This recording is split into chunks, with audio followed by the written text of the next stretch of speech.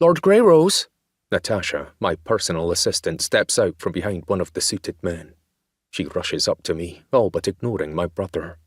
Lord Greyrose, we have the studio all set up for you. Clasping my hands behind my back, I give her the smallest smile. Lead the way. She takes off toward the elevators. I glance at James, raising a brow. His expression tightens. He likes it when he is in control. He likes it even more when there are positive stories about him in the press. Those are things that will not happen at News Corps without my express say-so. We step into the elevator, Natasha pressing the buttons. Chin up, I tell him. Look like you really want to be here, not home in your favourite chair, with a fire crackling at your feet. I am rather jet-lagged right now.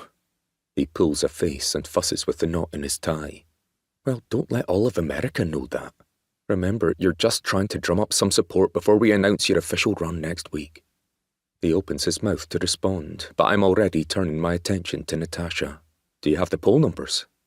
She pulls a sheet of paper out of the stack of folders under her arm, double-checks it, and then hands it to me.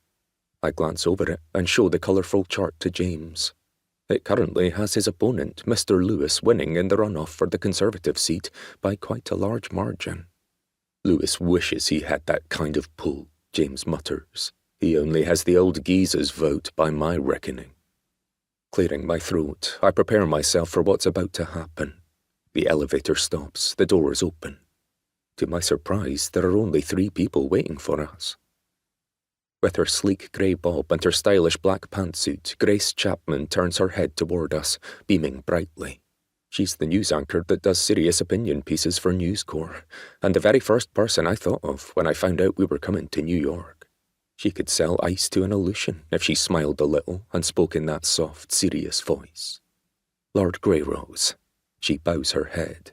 What a pleasure to have you both in the studio this evening. Grace? I incline my head. I trust you will make James look good. Her cheeks colour very slightly, but she just nods, her smile never faltering. If you'll just follow me, we can get you settled in your dressing room. We will get the hair and makeup people in and out, and then start taping. I clap James on the shoulder as he starts to follow her. Stick to the talking points. Jobs, immigration, small businesses. I think I've got it by now. He shoots me a tiny glare as he is hurried down a hallway, disappearing into darkness. I'm left with Natasha and a young man whose colour is approximately that of a bag of flour. I look at him, fold my arms across my chest and cock my head. Well? He swallows, blinking rapidly. Grace wanted me to stay with you and make sure...